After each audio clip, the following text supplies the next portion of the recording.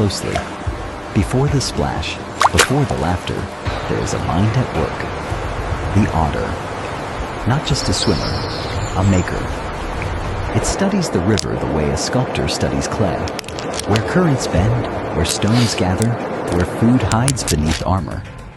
Its paws are quick, but not careless. It selects a stone, not any stone. The right weight, the right curve, the familiar feel. A tool chosen with memory. A meal earned not by force, but by craft. The river is not an obstacle here. It is studio, playground, workshop. A place where life becomes creation. And when the day is done, when the water settles into evening glow, the otter rests with its treasure held gently to its chest, as if to say, joy is something you learn how to hold.